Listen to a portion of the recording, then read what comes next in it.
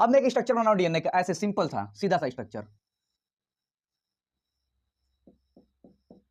ऐसे इसके पास base pair लगे हुए हैं।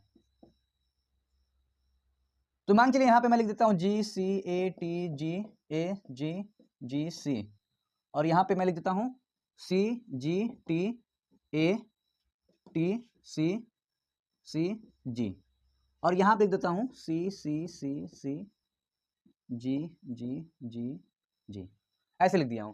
अब यहां पे ध्यान देखिए, इस डीएनए में 99.9% डीएनए क्या होता है, सबका सेम होता है, 0.1% क्या होता है, वो डिफरेंट होता है।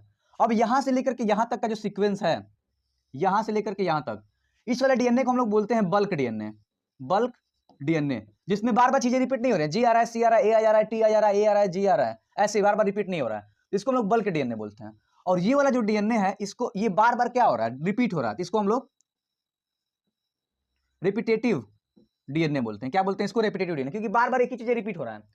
इसके साथ इसको हम लोग क्या बोलते हैं, सैटेलाइट डीएनए बोलते हैं, सैटेलाइट डीएनए बोलते हैं।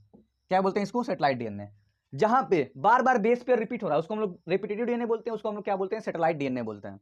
सैटेलाइट डीएनए के पास ज्यादा चीजें क्या होती हैं, जी और सी होता है, जी सी रिच होता है, यानी यहां पे क्या होता है, आपको बता दूं कि जी और सी आपस में 3 हाइड्रोजन बॉन्ड से जुड़ते हैं, और ए और टी जो होते हैं वो 2 हाइड्रोजन बॉन्ड से जुड़ते हैं। तो 3 हाइड्रोजन बॉन्ड जुड़ने की वजह से इसकी डेंसिटी क्या होती है, इसकी डेंसिटी ज्यादा हो जाती है, और इसकी डेंसिटी क्या होती है, इसकी जो डेंसिटी है जी, इसकी क्या होती है, कम होती है, क्योंकि यहाँ पे 2 हाइड्रोजन बॉन्ड है, और यहाँ पे क्या है, 3 हाइड्रोजन बॉन्ड है। 3 हाइड्रोजन बॉन्ड होने की वजह से इसकी डेंसिटी क्या होती है, ज्यादा जाती है। तो इसीलिए इसको हम लोग क्या बोलते हैं, सैटेलाइट डीएनए बोलते हैं।